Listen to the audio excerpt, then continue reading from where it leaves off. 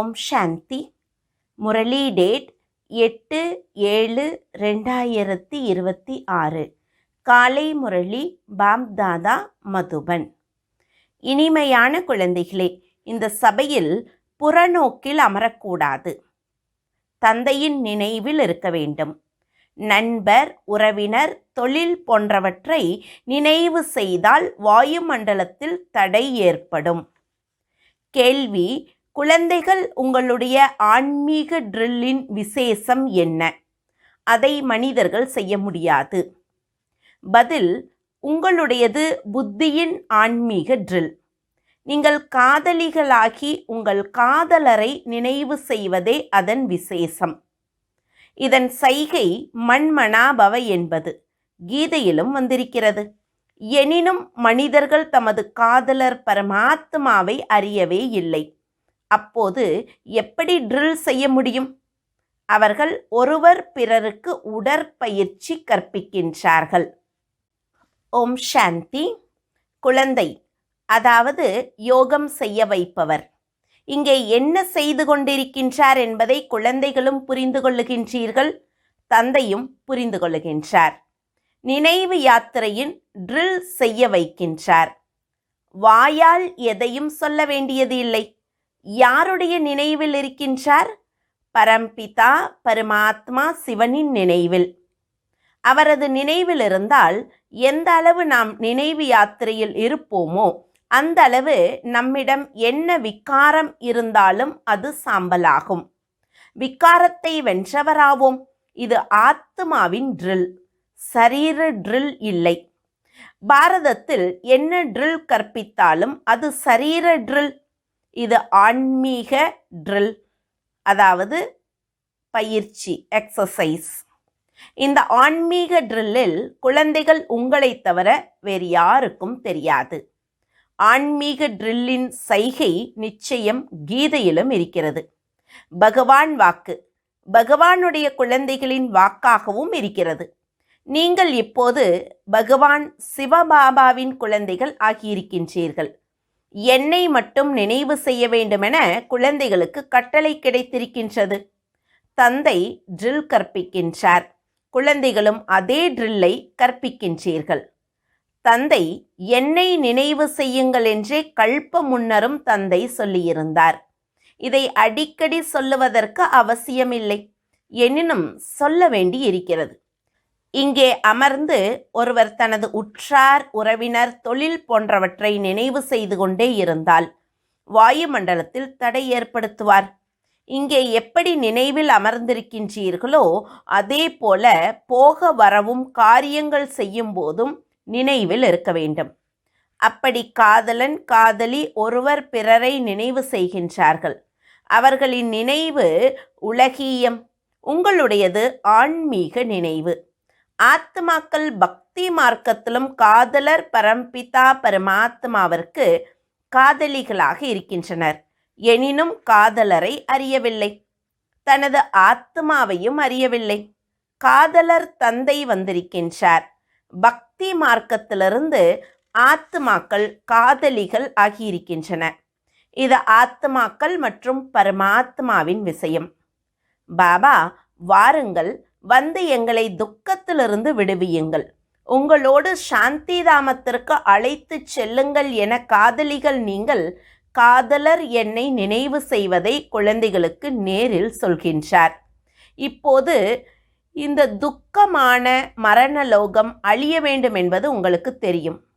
அமரலோகம் வாழ்க, மரணலோகம் ஒழிக. இப்போது நீங்கள் பிராமண குழந்தைகளாக மாறியிருக்கின்றீர்கள். நீங்களும் நம்பர்வார் முயற்சிக்கு தக்கபடி இருக்கின்றீர்கள். உங்களுக்கு முழு நம்பிக்கை ஏற்பட வேண்டும். ஒருவர் இறந்தால் சொர்க்கவாசியானார் என்று சொல்லுகின்றார்கள். எனினும் எவ்வளவு காலத்திற்கு சொர்க்கவாசியானார் என்பது யாருக்கும் தெரியாது. சொர்க்கவாசி ஆவதற்கு இப்போது நீங்கள் முயற்சி செய்து கொண்டு இருக்கின்றீர்கள். இந்த நம்பிக்கையை யார் உங்களுக்கு ஏற்படுத்துகின்றார்? அவர்தான் கீதையின் பகவான். எனினும் அவர் ஒரே ஒரு நிராகாரராக இருக்கின்றார். நிராகாரரோ நிராகாரர். அவர் எப்படி வந்து கற்பிப்பார் என மனிதர்கள் நினைக்கின்றார்கள்.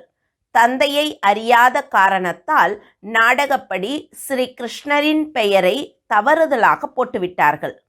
ஸ்ரீ கிருஷ்ணருக்கும் சிவனுக்கும் இந்த நேரம் நெருங்கிய சம்பந்தம் இருக்கிறது. சங்கம யுகத்தில் சிவ ஜெயந்தி ஏற்படுகிறது. பிறகு ஸ்ரீ கிருஷ்ண ஜெயந்தி நாளை ஏற்படும். இரவில் சிவ ஜெயந்தி ஏற்படுகிறது, காலையில் ஸ்ரீ கிருஷ்ண ஜெயந்தி ஏற்படுகிறது. அதை விடியல் என்று சொல்லுகின்றார்கள். எப்போது சிவராத்திரி முடியுமோ அப்போது ஸ்ரீ கிருஷ்ண ஜெயந்தி ஏற்படுகிறது. இந்த விஷயங்களை குழந்தைகளை புரிந்து கொள்ள முடியும். இங்கே சபையில் புறநோக்கில் யாரும் இருக்கக்கூடாது என்று சட்டம் சொல்லுகிறது. தந்தையின் நினைவில் இருக்க வேண்டும். ஹே பதீத்த பாவனரே, வாருங்கள், வந்து தூய்மையாக்குங்கள் என்று சொல்லி மனிதர்கள் அழைக்கின்றார்கள். எனினும் நாடகப்படி கல்புத்தி எதையும் புரிந்து கொள்ளுவதே இல்லை. தெரிந்திருந்தால் சொல்லுவார்கள். இப்போது கலியுகத்தின் கடைசி நேரம் என்பதும் அவர்களுக்கு தெரியாது. பிறகு எப்போது தந்தை வருவாரோ அப்போது ஆரம்பம் ஏற்படும். மனிதர்கள் முற்றிலும் காரிருளில் இருக்கின்றார்கள். கலியுகம் முடிய இன்னும் 40,000 வருடங்கள் இருக்கின்றன என்று மனிதர்கள் நினைக்கின்றார்கள். எல்லைக்குட்பட்ட தந்தை ஒருபோதும் பதீத்த பாவனராக இருக்க முடியாது என்பதை எல்லையற்ற தந்தை புரிய வைக்கின்றார். தந்தை என்ற பெயரை பலருக்கு வைத்திருக்கின்றார்கள். முதியவரையும் பாபு, அதாவது அப்பா என்று சொல்லுகின்றார்கள். இந்த ஆன்மீக தந்தையோ ஒருவர் மட்டுமே. அவர் பதீத்த பாவனர், ஞானக்கடல். குழந்தைகள், பாவனமாவதற்கு ஞானம் தேவை. தண்ணீரில் குளிப்பதால் ஒருவர் பாவனம் ஆக முடியாது. சிவபாபா நமக்கு முன்னால் இந்த உடலில் இருக்கின்றார் என்பது உங்களுக்கு தெரியும். பிரம்மா மூலமாக பிராமணர்களுக்கு ராஜயோகத்தை கற்பிக்கின்றார். அர்ஜுனருக்கு பகவான் சொன்னது என்று அவர்கள் சொல்லுகின்றார்கள். பிராமணர்களின் பெயர் அடையாளம் எதுவும் இல்லை. பிரம்மா மூலமாக ஸ்தாபனை, விஷ்ணு மூலமாக பாலனை என்று பாடப்படுகின்றது. ஸ்தாபனையை பிரம்மா மூலமாகவே செய்வார். விஷ்ணு மூலமாகவோ சங்கர் மூலமாகவோ செய்ய மாட்டார். குழந்தைகள், உங்களுக்கு இந்த விளக்கம் இப்போது கிடைக்கின்றது. தந்தைக்கு இங்கே வரவேண்டியிருக்கின்றது. எந்த ஆத்மாவும் திரும்ப போக முடியாது. யார் வந்தாலும் அவர் சதோ ரஜோ தமோவை கடந்தே ஆக வேண்டும். ஸ்ரீகிருஷ்ணரும் 84 பிறவிகளை முழுமையாக எடுக்கின்றார். மேலும் 5000 வருடங்கள் முழுமையாக பாகத்தை நடிக்கின்றார். ஆத்மா வயிற்றில் இருந்தாலும் அதுவும் பிறவியே. ஸ்ரீகிருஷ்ணரின் ஆத்மா எப்போது சத்தியுகத்தில் வருமோ, கர்ப்பத்தில் பிரவேசம் செய்யுமோ, அப்பொழுதிலிருந்து 5000 வருடங்களில் 84 பிறவிகளின் பாகத்தை நடிக்கின்றது. அப்படி சிவஜெயந்தி கொண்டாடுவதால் இவருக்குள் அமர்ந்திருக்கின்றார் தானே. ஸ்ரீகிருஷ்ணரின் ஆத்மாவும் கர்ப்பத்தில் வந்தபோது அசைவுகள் ஏற்பட்டன. அந்த நேரத்திலிருந்து 5000 வருடங்களின் கணக்கு ஆரம்பமாகிறது. ஒருவேளை குறைவாக இருந்தால் 5000 வருடத்திலும் குறையும். இவை புரிந்து கொள்ள மிகவும் சூக்ஷ்ம விஷயங்கள். ஸ்ரீ கிருஷ்ணரின் ஆத்மா மீண்டும் ஸ்ரீ கிருஷ்ணர் ஆவதற்காக இந்த ஞானத்தை மீண்டும் பெற்றுக்கொண்டிருப்பது குழந்தைகளுக்கு தெரியும். நீங்களும் கம்சபுரியிலிருந்து கிருஷ்ணபுரிக்கு போகின்றீர்கள். இந்த விஷயங்களை தந்தை அமர்ந்து குழந்தைகளுக்கு புரிய வைக்கின்றார். மாயா மிக மோசமானது என்று தந்தை சொல்லுகின்றார். நல்ல நல்ல மகாரதிகளையும் தோற்க வைக்கிறது. ஞானத்தை பெற்றுக்கொண்டிருக்கும் போதே எங்காவது கிரகணம் பிடித்து கொள்ளுகிறது. ஆச்சரியப்பட்டு நம்முடையவர் ஆகின்றார். பிறருக்கு சொல்லுகின்றார். இருந்தும் ஆஹா மாயா ஓடிவிடுகின்றார். வருமானத்தில் கிரகணம் பிடிக்கிறது. ராகுவின் கிரகணம் எல்லோருக்கும் பிடித்திருக்கிறது. இப்போது உங்களுக்கு பிரகஸ்பதியின் திசை பிடித்திருக்கின்றது. பிறகு போக போக ஒருவருக்கு ராகுவின் கிரகணம் பிடிக்கிறது. அப்போது இந்த உலகில் மகா துர்பாகியசாலியை பார்க்க வேண்டுமென்றால் இங்கே பாருங்கள் என்று சொல்லுகின்றார். நாம் தந்தையிடமிருந்து சதா சுகத்தின் ஆஸ்தியை பெற்றுக்கொண்டிருக்கின்றோம் என்று உங்கள் ஆத்மா சொல்லுகிறது. பாபா உங்களிடமிருந்து கல்ப முன்னரும் ஆஸ்தி பெற்றிருந்தோம். மீண்டும் இப்போது தந்தையிடம் வந்திருக்கின்றோம்.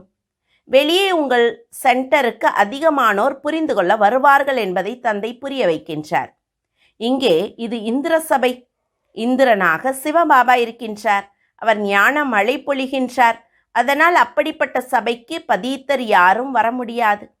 மரகத பரி, புஷ்பராக பரி, பிராமணிகள் வழிகாட்டியாக வருகின்றார்கள். அவர்கள் விக்காரத்திற்கு போகும் யாரையும் தம்மோடு அழைத்து வரக்கூடாது என்று சொல்லப்படுகிறது. இல்லையென்றால் இருவரும் அதற்கு பொறுப்பேற்க வேண்டும். எந்த விக்காரியாவது உடன் அழைத்து வந்தால் அவர் மீது அதிக கறை படியும். பிறகு மிகப்பெரிய தண்டனை கிடைக்கும். பரிகளுக்கு அதிக பொறுப்பிருக்கிறது. மானசரோவரில் குளித்தால் பரி, அதாவது ஏஞ்சல் ஆகிறார்கள் என்று சொல்லுகின்றார்கள். உண்மையில் இது ஞான மானசரோவர். பாபா மனித உடலில் வந்து ஞான மழை பொழிகின்றார். அவர் ஞானக்கடல். நீங்கள் நதிகளாகவும் இருக்கின்றீர்கள், ஏரியாகவும் இருக்கின்றீர்கள். ஞானக்கடல் இவருக்குள் அமர்ந்து குழந்தைகளை சொர்க்கத்திற்கு போவதற்கு தகுதி பெற வைக்கின்றார். சொர்க்கத்தில் இருப்பது ஸ்ரீ லக்ஷ்மி நாராயணரின் ராஜ்யம். இதுதான் இல்லற மார்க்கத்தின் குறிக்கோள். நாங்கள் இருவரும் ஞான சிதையில் அமர்ந்து லக்ஷ்மி நாராயணர் ஆவோம் என்று சொல்லுகின்றார்கள். உயர்ந்த பதவி பெற வேண்டும் தானே? அரைக்கல்ப ஆத்மாக்கள் தவிக்கின்றன. பாபா, வாருங்கள், வந்து எங்களுக்கு ராஜயோகத்தை கற்பித்து பாவனமாக மாற்றுங்கள் என்று சொல்லுகின்றனர். பாபா சைகை கொடுக்கின்றார். எந்த பாரதவாசிகள் தேவி தேவதைகளை ஏற்பார்களோ அவர்கள் நிச்சயம் 84 பிறவிகளை அனுபவிக்கின்றார்கள். யார் தேவி தேவதைகளின் பக்தர்களோ அவர்களுக்கு முயற்சி செய்து புரிய வையுங்கள். தந்தை எப்படி வந்து 3 தர்மங்களை ஸ்தாபனை செய்கின்றார்? பிராமணர், சூரியவம்சி, சந்திரவம்சி 3 தர்மங்களை தந்தை ஸ்தாபனை செய்கின்றார். அரைக்கல்பத்திற்கு வேறு எந்த தர்மமும் ஸ்தாபனை ஆவதில்லை. பிறகு அரைக்கல்பத்தில் எத்தனை மடங்கள் போன்ற தர்மங்கள் கணக்கில்லாமல் ஸ்தாபனை ஆகின்றன. அரைக்கல்பத்தில் ஒரு தர்மம் இருப்பது எங்கே? அதுவும் சங்கம யுகத்தில் எதிர்காலத்திற்கான ராஜதானியை ஸ்தாபனை செய்கின்றார். அவர்கள் எல்லோரும் பழைய உலகத்தில்தான் தமது தர்மத்தை ஸ்தாபனை செய்கின்றார்கள். இங்கே தந்தை அரைக்கல்பத்திற்கு ஒரு தர்மத்தை ஸ்தாபனை செய்கின்றார். வேறு யாரிடமும் சக்தி இல்லை. தந்தை உங்களை தன்னுடையவராக மாற்றி சூரிய வம்ச சந்திர வம்ச குலத்தை ஸ்தாபனை செய்து மற்ற எல்லோரையும் விநாசம் செய்ய வைக்கின்றார். அனைத்து ஆத்மாக்களும் சாந்தி தாமத்திற்கு போகின்றன. நீங்கள் சுகத்திற்கு வருகின்றீர்கள். அந்த நேரம் துக்கம் எதுவும் இருக்காது. அதனால் கடவுளை நினைக்க வேண்டியதில்லை. இந்த ஞானமும் உங்கள் புத்தியில் இருக்கிறது. ஞான கடல் தந்தை ஞானத்தை கொடுக்கின்றார் என்பது உங்களுக்கு தெரியும். கடலாக ஒருவரே இருக்கின்றார். நீங்கள் உங்களை கடல் என்று சொல்லுவதில்லை. நீங்கள் அவருக்கு உதவி செய்கின்றீர்கள். அதனால் உங்களுக்கு ஞான கங்கைகள் என்று பெயர் இருக்கின்றது. மற்றபடி அவை தண்ணீரின் நதிகள். நான் கடல். எனது குழந்தைகள், நீங்கள் காம சிதையில் அமர்ந்து எரிந்து விட்டீர்கள். அதாவது பதீத்தமாகிவிட்டீர்கள். இப்போது மீண்டும் என்னை நினைவு செய்தால் நீங்கள் பாவனமாக மாறுவீர்கள். இந்த சிருஷ்டி சக்கரம் 5000 வருடங்களை கொண்டது. இதுவும் யாருக்கும் தெரியாது. சிருஷ்டியின் சக்கரம் 4 பாகங்களை முழுமையாக கொண்டது. 4 யுகங்கள் இருக்கின்றன. இந்த சங்கம யுகம் நன்மை செய்வது. இதை கும்பம் என்று சொல்லுகின்றார்கள். கும்பம் என்று மேளாவிற்கு சொல்லப்படுகிறது. நதி வந்து கடலோடு கலக்கிறது. ஆத்மா வந்து பரமாத்மாவை சந்திக்கின்றது. இதை கும்பம் என்று சொல்லுகின்றார்கள். ஆத்மா மற்றும் பரமாத்மாவின் மேளாவையும் நீங்கள் பார்க்கின்றீர்கள். நீங்கள் உங்களுக்குள் சந்திக்கின்றீர்கள். செமினார் நடத்துகின்றீர்கள். அதை கும்பம் என்று சொல்லுவதில்லை. கடல் தனது இடத்தில் அமர்ந்திருக்கின்றார். இந்த உடலில் இருக்கின்றார். எங்கே இவரது உடல் இருக்குமோ அங்கே ஞானக்கடல் இருக்கின்றார். மற்றபடி ஞான கங்கைகள் நீங்கள் தமக்குள் சந்திக்கின்றீர்கள். அதாவது பிரம்மா பாபா எங்கே இருக்காரோ அந்த சரீரத்துக்குள்ள சிவபாபா கடலானவர் அமர்ந்திருக்கின்றார். மற்றபடி கங்கைகளான நீங்கள் எல்லா பக்கம் சந்திக்கிறீங்க. நதிகள் சிறியது பெரியதாக இருக்கின்றன. அங்கே குளிக்கப் போகின்றார்கள். கங்கை, யமுனை, சரஸ்வதி போன்றவை இருக்கவே செய்கின்றன. டெல்லி யமுனை ஆற்றங்கரையில் இருக்கிறது. அதுதான் சொர்க்கம். டெல்லி தேவலோகமாக இருந்தது. அப்போது லக்ஷ்மி நாராயணரின் ராஜ்யம் இருந்தது என்று டெல்லியை பற்றி சொல்லுகிறார்கள். ஸ்ரீ கிருஷ்ணரின் ராஜ்யம் இருந்தது என்று சொல்லுவதில்லை. ராதாகிருஷ்ணர் தம்பதியாக இருக்க வேண்டும். அப்போதே ராஜ்யம் செய்ய முடியும். இப்போது குழந்தைகள், நீங்கள் எவ்வளவு மகிழ்ச்சியாக இருக்கின்றீர்கள். மாயாவின் புயலோ அதிகம் வரும். இது எல்லையற்ற குத்துச்சண்டை.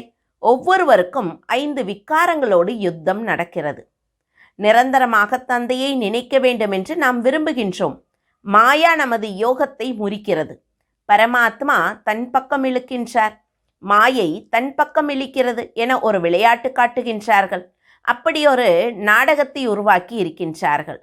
சினிமாவின் ஃபேஷன் இப்போது வந்திருக்கின்றது. நீங்கள் நாடகப்படி சினிமாவை வைத்தே புரிய வைக்க வேண்டும். நாடகத்தில் ஆட்களை மாற்ற முடியும். இது அனாதி அழியாத டிராமா. முன்னரே நிச்சயிக்கப்பட்டபடி நடக்கின்றது. முன்னரே நிச்சயிக்கப்பட்டது நடந்து கொண்டு இருக்கிறது. இன்னார் இறந்துவிட்டால் அவருக்கு இந்த அளவே பாகம் இருந்தது. நாம் ஏன் கவலைப்பட வேண்டும்? இது டிராமா தானே. உடலை விட்டுவிட்டால் பிறகு வர முடியாது. அழுவதால் என்ன பயன்? இதன் பெயரே துக்கதாமம். சத்தியுகத்தில் மோகத்தை வென்ற அரசர்கள் இருப்பார்கள். இதை பற்றியும் கதை இருக்கிறது. சத்தியுகத்தில் மோகத்தின் விஷயம் இருப்பது இல்லை. இங்கே மனிதர்களுக்கு எவ்வளவு மோகம் இருக்கிறது. ஒருவருக்கு அழுகை வரவில்லை என்றாலும் அழுதாவது அவரை அழ வைக்கின்றார்கள். அதனால் இவர் துக்கப்படுகின்றார் என நினைப்பார்கள். இல்லை என்றால் நிந்தனை ஏற்படும். இந்த எல்லா பழக்கங்களும் பாரதத்தில்தான் இருக்கின்றன. பாரதத்தில்தான் சுகமும் இருக்கிறது. பாரதத்தில்தான் அதிக துக்கமும் ஏற்படுகிறது. பாரதத்தில் தேவி தேவதைகள் ராஜ்யம் செய்தனர். வெளிநாட்டவர் பழைய சிலைகளை மிக மகிழ்ச்சியாக வாங்குகின்றார்கள். பழைய பொருட்களுக்கு மதிப்பு இருக்கிறது. எல்லோரையும் விட பழைய சிவன் இங்கே வந்திருந்தார் தானே. அவருக்கு எவ்வளவு பூஜை செய்கின்றார்கள். இப்போது சிவபாபா வந்திருக்கின்றார். நீங்கள் பூஜை செய்வதில்லை. அவர் இருந்து சென்றிருப்பதால் அவருக்கு பூஜை செய்து கொண்டே இருக்கின்றார்கள். நல்லது. இனிமையிலும் இனிமையான காணாமல் போய் கண்டெடுக்கப்பட்ட செல்ல குழந்தைகளுக்கு தாய் தந்தை பாப் தாதாவின் அன்பு நினைவுகள் மற்றும் காலை வணக்கம். ஆன்மீக குழந்தைகளுக்கு ஆன்மீக தந்தையின் நமஸ்காரம். ஆன்மீக தந்தைக்கு ஆன்மீக குழந்தைகளின் அன்பு நினைவுகளும் நமஸ்காரமும். தாரணைக்கான முக்கிய சாரம். முதல் பாயிண்ட், டிராமாவின் ஞானத்தை புத்தியில் வைத்து கவலையற்றவர் ஆக வேண்டும். எந்த விதத்திலும் கவலைப்படக்கூடாது. ஏனென்றால் முன்னரே நிச்சயிக்கப்பட்டது நடந்து கொண்டிருப்பது தெரியும். மோகமற்றவர் ஆக வேண்டும். இரண்டாவது பாயிண்ட், தந்தை மூலமாக எப்போது பிரகஸ்பதியின் திசை அமர்கிறதோ அதை பாதுகாக்க வேண்டும். ராகுவின் கிரகணம் பிடிக்கக்கூடாது. என்ன கிரகணமாக இருந்தாலும் அதை ஞான தானத்தால் முடிக்க வேண்டும். வரதானம். சுயத்தின் டென்ஷன் மீது கவனம் கொடுத்து உலகின் டென்ஷனை முடிக்கும் விஸ்வ கல்யாணக்காரி ஆகுக. எப்போது பிறர் மீது அதிக கவனம் கொடுப்பீர்களோ அப்போது தனக்குள் டென்ஷன் வருகிறது. அதனால் விஸ்தாரம் செய்வதற்கு பதிலாக சாரஸ்வரூபத்தில் நிலையாக இருங்கள். அதிக எண்ணங்களை உள்ளடக்கி தரமான எண்ணங்களை எழுப்புங்கள். முதலில் உங்கள் டென்ஷன் மீது கவனம் கொடுங்கள். அப்போது உலகில் உள்ள அநேகவித டென்ஷன் முடித்து விஸ்வ கல்யாணக்காரி ஆக முடியும். முதலில் தன்னைத்தான் பாருங்கள். முதலில் சுய சேவை. தனக்கு சேவை செய்தால் பிறரது சேவை தானாகவே நடக்கும். ஸ்லோகன். யோகத்தை அனுபவம் செய்ய வேண்டுமென்றால் மன உறுதியின் சக்தியால் மனதை கட்டுப்படுத்துங்கள். ஓம் சாந்தி.